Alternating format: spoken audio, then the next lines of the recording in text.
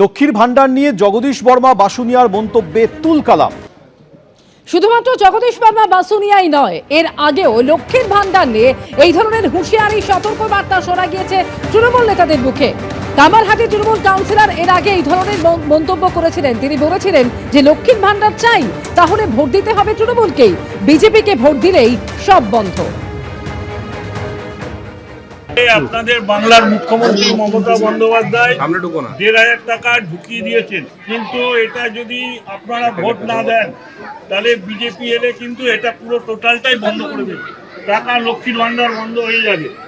আপনারা বিজেপির পাল্লায় পড়বেন না, বাংলার মুখ্যমন্ত্রী মমতা বন্দ্যোপাধ্যায়ের উপরে ভরসা রাখুন, আপনাদের দেখবেন আরো বেড়ে যাবে এরপরে টাকা।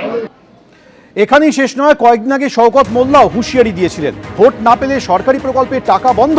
বিরোধিতা করলেও সেই একই দাওয়াই প্রকাশ্য মঞ্চ থেকে হুঁশিয়ারি দিয়েছিলেন ক্যানিং পূর্বের তৃণমূল বিধায়ক। শুনুন।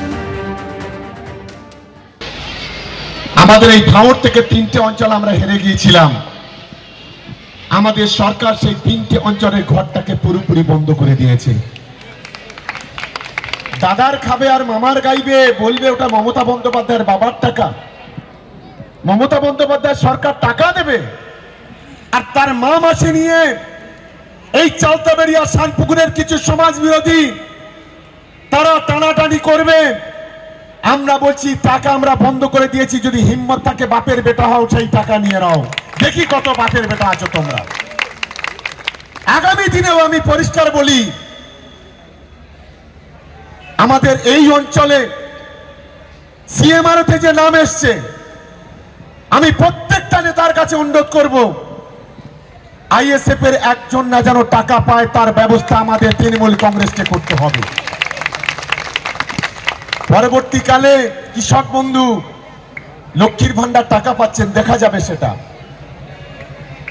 কারণ এই টাকা কেন্দ্রের বিজেপি সরকার দিচ্ছে না, এই টাকা নওশাদ আব্বাসের মতো দালালরা দেয় না, এই টাকা মমতা বন্দ্যোপাধ্যায় তার রাজস্ব কোটা থেকে বাংলার গরিব মানুষের হাতে পৌঁছে দিচ্ছে, বাংলার মানুষের মুখে হাসি ফোটাচ্ছে। যারা আজ এখানে কথা বলছেন সেই বিজেপির মহিলারা হাত পেতে লক্ষ্মীর ভান্ডার নিচ্ছেন, তারা মমতা বন্দ্যোপাধ্যায় থেকে ভিক্ষা নিচ্ছেন। লজ্জা করে না টাকাটা যখন ব্যাংক থেকে তোলেন? আর কি বললেন তিনি, শুনুন। যারা আজকে এখানে কথা বলছেন সে বিজেপির মহিলারা হাত পেতে মমতা ব্যানার্জির ভিক্ষা নিচ্ছেন লক্ষ্মীর ভান্ডার। এটা তো বলে বিজেপির ভিক্ষা। কারণ লজ্জা করে না? টাকাটা যখন ব্যাংক থেকে তোলেন এই টাকাটা ফেরত দেওয়া উচিত। বিনা পয়সায় চাল খাচ্ছেন, কন্যাশ্রীর টাকা নিচ্ছেন, কৃষক বন্ধুর টাকা নিচ্ছেন, আর ভোটটা পদ্ম বলে দিচ্ছেন, বড় লেকচার মারছেন। 500 টাকা দিয়ে যদি বাড়িয়ে যদি ওনারা মনে করেন যে ওনারা মাথা কিনে নিয়েছেন, তাহলে ভুল করবেন। দিনে 50 টাকা দিচ্ছেন, তা দিনে 50 টাকায় ওনাদের যারা নেতা আছেন তৃণমূলের, ওই আদিগঙ্গার পাড় থেকে শুরু করে বিভিন্ন জায়গায় যারা ঘাস ফুলের সঙ্গে রয়েছেন, তাদের কাছে বিনীত প্রশ্ন, দিনে 50 টাকায় নেতাদের বাড়ির কোন মহিলা দিনে 50 টাকায় সংসার চালান? একজনকে আমাদের সামনে এনে দিন।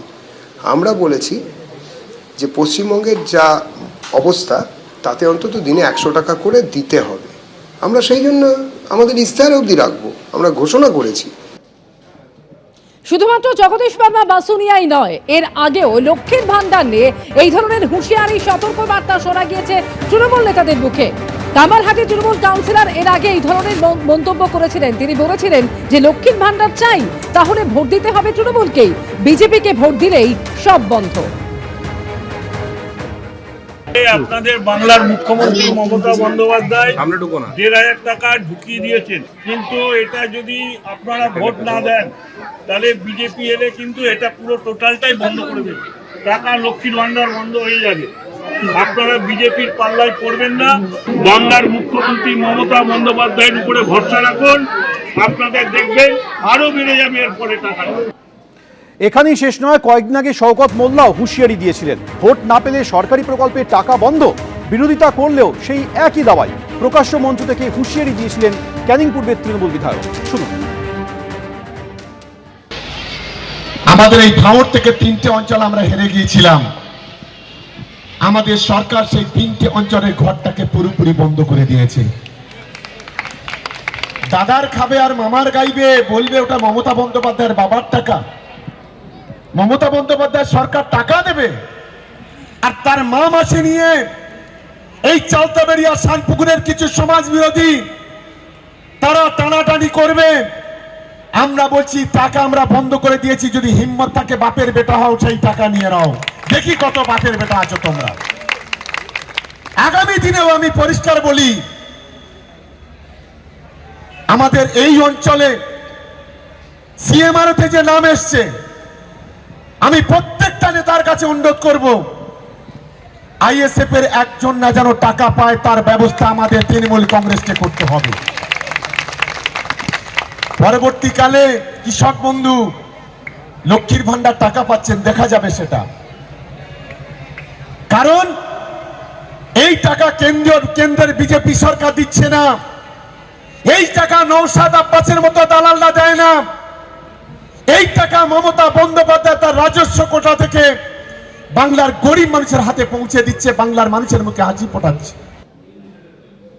লক্ষ্মীর ভান্ডার নিয়ে বিভিন্ন সময় তৃণমূল নেতাদের মুখে এই ধরনের মন্তব্য শোনা গেলেও এর আগে খোদ মুখ্যমন্ত্রী বলেছিলেন লক্ষ্মীর ভান্ডার সবার জন্য। আজকেও যে বলা হলো লক্ষ্মীর ভান্ডার ফেব্রুয়ারি মাস থেকেই তারা পাবেন, 500 টাকা করে বেড়ে গেল সবার জন্য।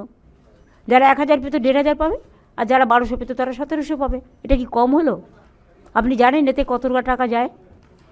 আমরা এটা নয় যে কোনো কোনো রাজ্যে সাইকেল থাকলে পাবে না, স্কুটার থাকলে পাবে না, একটা মাথার ওপর চাল থাকলে পাবে না, আমরা সবাইকে দিই यूनिवर्सल। वो बिहार में 10,000 दिया था, उसका बाद बुलडोजर चलाया था। पहले इसको क्वेश्चन का जवाब मांगिए। आउट जियो को जगह में वो देने के लिए बोला था, वादा किया था, नहीं देता है। और वो क्या करते हैं, हम अगर एक परिवार में 5 है, 5 को देता है महिला को, तो 5 परिवार में 1 को भी नहीं देता है। ऐसा बहुत सारे परिवार है, हम ऐसा नहीं करते। हमारा यूनिवर्सल और उसका कॉन्ट्रोवर्शियल। শিবখান তিনদার তিনজন মল্লার চৌপর দিনভর দেয় দূরপাল্লা। সত্যেন্দ্রনাথ দত্তের কবিতায় গতির অনুভব আমরা এভাবেই করেছি, কিন্তু জেনজিরা আরো দ্রুত গতিতে এগিয়ে যাচ্ছে। যাদবপুর বিশ্ববিদ্যালয়ের ইঞ্জিনিয়ারিং বিভাগের পড়ুয়াদের তৈরি ইলেকট্রিক রেসিং কার্ড গত বছর জাতীয় স্তরে ইলেকট্রিক রেসিং কার্ড প্রতিযোগিতায় সাফল্য অর্জন করেছে। পরবর্তী গতির লক্ষ্যে তারা আরো এগিয়ে চলেছে। আমিও আজ যাদবপুর বিধানসভা কেন্দ্রের নানান প্রান্তে ছুটে বেড়াবো জানার জন্য নির্বাচনের আগে জেনজিরা কি ভাবছে। মডার্ন ডেজে যেটা আমরা দেখতে পাচ্ছি, যেটা খুবই আফসোসজনক, সেটা হলো যে আমরা রাজ্যে চাকরি পাবো না, আমাদেরকে বাইরে যেতে হবে, এবং এইটা হওয়ার কথা একদমই নয়। সামগ্রিকভাবে আমাদের যে এনভায়রনমেন্ট, সেইটা নিয়ে কনসার্ন এই মুহূর্তে রাজনীতিতে খুব একটা দেখতে পাই না। আমাদের ক্ষেত্রে যেমন খাতা, বই, পেন, আচমকা জিএসটি কমে গেছে, ভাবলাম যে দাম কমছে, অ্যাকচুয়ালি কিন্তু কমে না, সেই জিনিসের দামটা কিন্তু বাড়তি থাকছে। আমাদের বাংলায় নারীর নিরাপত্তার একটা বিষয় উঠে এসছে, যে যেমন 2024-এ আরজিকর ঘটনাটা ঘটলো। 2 বছর হয়ে গেছে কিন্তু তার কোনো বিচার পাওয়া যায়নি। আমাদের কাছে বর্তমানে রাজনৈতিক নেতাদের যে প্রতিমূর্তি স্থাপিত হয়েছে, অর্থাৎ রাজনৈতিক নেতা হতে গেলে তোমাকে চুরি করতে হবে। আজকে জেনজি যেটা, তারা খুব নিজেরটা বোঝে। আমাকে যদি গভর্নমেন্ট চাকরির জন্য 5 লাখ 10 লাখ টাকা ঘুষ দিতে হয়, আমি কেন এই সরকারকে চুজ করবো, রাইট? একেবারে লাজবাব জবাব পেয়েছে। আরো বিভিন্ন জায়গায় জেনজিদের আমরা মুখোমুখি হতে যাব, আপনারাও দেখতে থাকুন জেনজিরা কি বলছে। চোখ রাখুন এবিপি আনন্দে। এবিপি আনন্দ, এগিয়ে থাকে, এগিয়ে রাখে।